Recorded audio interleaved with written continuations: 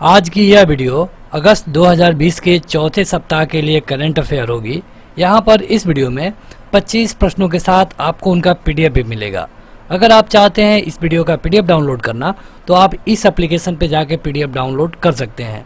इस एप्लीकेशन पे आपको daily current affair, weekly current affair और मंथली करंट अफेयर भी मिलता है और सबका पीडीएफ भी आप इसी एप्लीकेशन पे पा पाएंगे। इस एप्लीकेशन का लिंक वीडियो के डिस्क्रिप्शन में और पहले कमेंट बॉक्स में मिल जाएगा। इस वीडियो को लाइक करने के साथ चैनल को जरूर सब्सक्राइब करें, उसके बाद बेल आइकन दबाएं, उसमें ऑल सेलेक्ट करें इसी तरह की बेहतरीन वीडियो सबसे पहले पाने के लिए। शुरू करते हैं ये वीडियो। पहला क्वेश्चन है कि लेग स्पिनर प्रवीण तांबे कैरिबियन प्रीमियर लीग खेलने वाले कौन से भारतीय क्रिकेटर बन गए हैं। मतलब जो भारतीय क्रिकेटर हैं जिनका नाम है प्रवीण तांबे, अब ये कैरेबियन प्रीमियर लीग खेल रहे हैं। जैसे कि आप देखते हैं कि हमारे यहाँ आईपीएल होता है, इंडियन प्रीमियर लीग, पाकिस्तान में पाकिस्तान प्रीमियर लीग होता है, उसी तरह कैरेबियन प्रीमियर लीग हो रहा है। और प्रवीण तांबे जो कि लेग स्पिनर है, ये एक भारतीय क्रिकेटर है और ऐसा करने वाले ये पहले भारतीय क्रिकेटर बन गए हैं जो कि कैरेबियन प्रीमियर लीग को खेल रहे हैं। अगला क्वेश्चन है कि इनमें से किस राज्य सरकार ने शिक्षा निदेशालय ने, किस राज्य सरकार का जो शिक्षा विभाग है, इसने स्वस्थ शरीर स्वस्थ दिमाग कार्यक्रम की शुरुआत की है।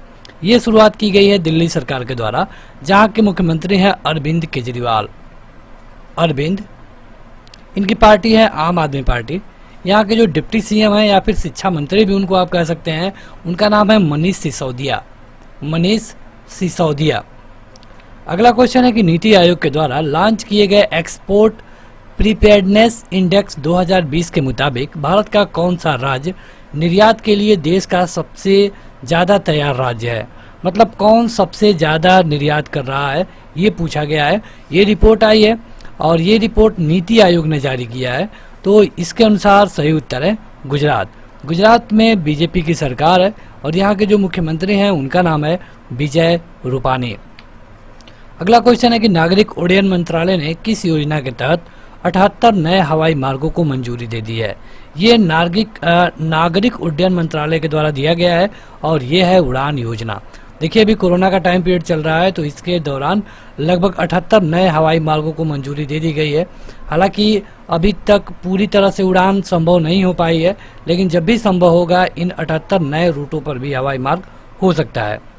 अगला क्वेश्चन है कि श्री नितिन गडकरी ने हाल ही में किस राज्य में 45 नए राजमार्ग परियोजनाओं का उद्घाटन किया है। ये उद्घाटन जो सड़क मंत्री हैं नितिन गडकरी उनके द्वारा किया गया है और ये जो राजमार्ग बन रहे हैं ये बन रहे हैं मध्य प्रदेश में, जिसकी कैपिटल है भोपाल। और यहाँ के जो सीएम हैं उनका नाम है शिवराज सिंह चौहान। शिवराज सिंह चौहान ये बीजेपी से हैं। इससे पहले जो यहाँ पे सीएम थे उनका नाम था कमलनाथ और वो कांग्रेस से थे। अगला क्वेश्चन है कि WHO ने अफ्रीका के अंतिम देश को पोलियो मुक्त देश घोषित कर दिया है। जैसे भारत भी एक तरह से पोलियो मुक्त देश है, उसी तरह WHO ने बताया है कि अफ्रीका का यह देश अब पोलियो मुक्त हो गया है और ये देश है नाइजीरिया। नाइजीरिया। अगला क्वेश्चन है कि हैदराबाद के नीलकंठ भानु 20 साल की उम्र में मेंटल कैलकुलेशन वर्ल्ड चैंपियनशिप में भारत को कौन सा मेडल दिलाया है। तो ये पहले नंबर पे आए थे और इन्होंने भारत को दिलाया गोल्ड मेडल। नाम याद रखिए, इनका नाम है नीलकंठ भानु और इनकी उम्र महज 20 साल है और ये हैदराबाद के हैं। इन्होंने पूरे चैंपियनशिप में, मतलब कि जो कैलकुलेशन किया जाता है उसमें इन्होंने भारत को गोल्ड मेडल दिया है। अगला क्वेश्चन है कि निम्न में से किस देश में स्थानीय पुरातत्वविद को धूली लेख में करीब 3800 साल पुरानी किराट देवी की मूर्तियां मिली है, जिनको देखने में के लिए बड़ी संख्या में लोग आ रहे हैं। ये कहाँ पे मिला है ये आपसे पूछा गया है। तो जो किराट देवी की मूर्तियां मिली हैं ये मिली है नेपाल में, जिसकी राजधानी है काठमांडू। काठमांडू जो कि भारत का एक पड़ोसी देश भी है। अगला है कि हाल ही में अश्विनी भाटिया ने किस बैंक के प्रबंध निदेशक का पदभार ग्रहण किया है। मतलब कि अश्विनी भाटिया को किस बैंक का प्रबंध निदेशक बनाया गया है। तो ये बैंक है भारतीय स्टेट बैंक, मतलब कि SBI। SBI का जो नए प्रबंध निदेशक हैं उनका नाम है अश्विनी भाटिया। देखिए नियुक्तियों से क्वेश्चन पूछे जाते हैं तो यहाँ से क्वेश्चन आपसे पूछ सकता है। अगला है कि एयर एडवेंचर श्रेणी में किस विंग कमांडर ने तेनसिंग नार्गे राष्ट्रीय साहसिक पुरस्कार 2019 जीता है। 2019 का जो राष्ट्रीय साहसिक तेनसिंग पुरस्कार है ये दिया गया है गजानंद यादव को। गजानंद यादव को। देखिए, अगर आप चाहते हैं इस वीडियो का पीडीएफ तो आपको एप्लीकेशन पे जाना ही होगा। वहाँ पे आप इसके अलावा जो मंथली है, वीकली है, हर तरह के करंट अफेयर और उनका पीडीएफ डाउनलोड कर पाएंगे। वहाँ पे आप टेस्ट भी दे सकते हैं, तो इससे आपका जो ज्ञान है और ज़्यादा बढ़ेगा। राजमार्ग मंत्री नितिन गडकरी ने हाल ही में कौन सा ऐप लॉन्च किया है। इन्होंने एक ऐप लॉन्च किया है और ये इसका नाम है हरित पथ ऐप।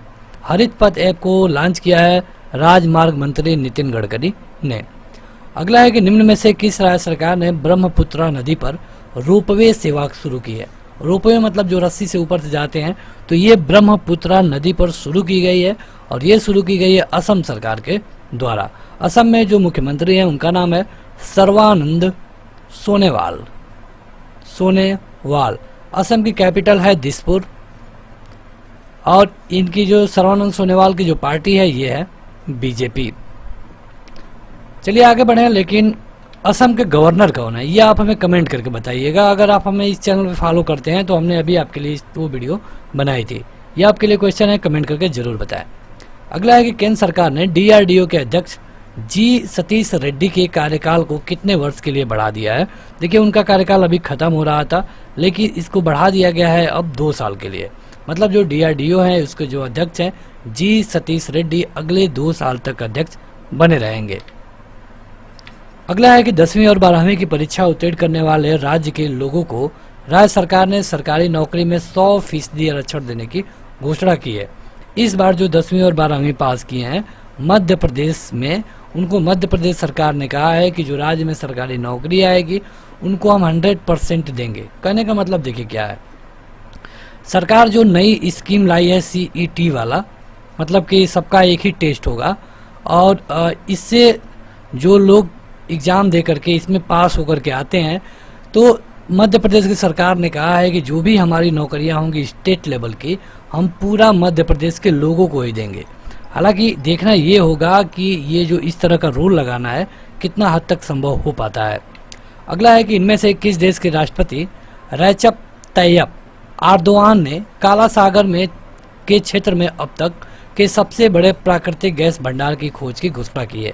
अभी ये जो राष्ट्रपति हैं जिनका नाम है रेचप तैयप एर्दोआन, इन्होंने घोषणा की थी कि देश को एक नई खुशखबरी मिलने वाली है, जिससे कि पूरे देश की एक मतलब अर्थव्यवस्था ही बदल जाएगी। और इसमें क्या हुआ था कि इनको जो प्राकृतिक गैस है उसका बड़ा भंडार इनके हाथ लगा है और ये हैं तुर्की के राष्ट्रपति। देखिए, तुर्की वो देश है, तुर्की मलेशिया, जिन्होंने जब भारत ने 370 हटाया तो तुर्की और मलेशिया ने इसका विरोध किया था। बाकी बहुत कम ऐसे देश हैं जो खुल करके इसका विरोध किए।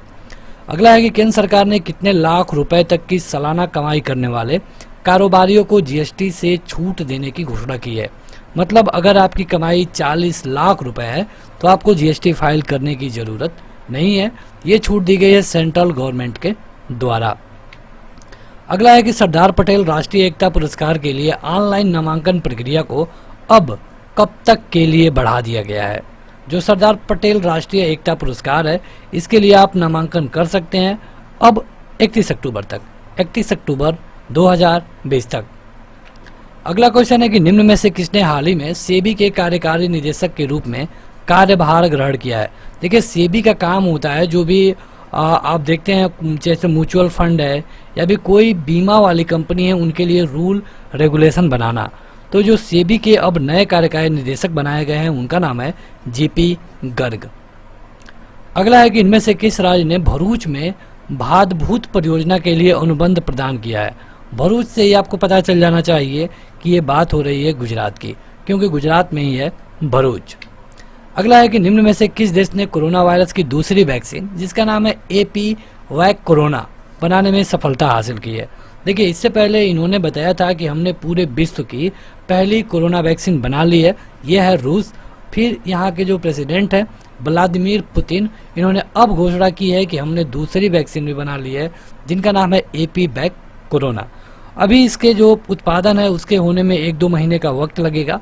हालांकि कई सारे देश ऐसे हैं जो इसे शक की नज़रों से देख रहे हैं उनका कहना यह है कि वो सही तरह से टेस्ट को फॉलो नहीं किए हैं, जल्दीबाजी में इसे बनाने का काम किए हैं जो चल के आगे बड़ा घातक होगा।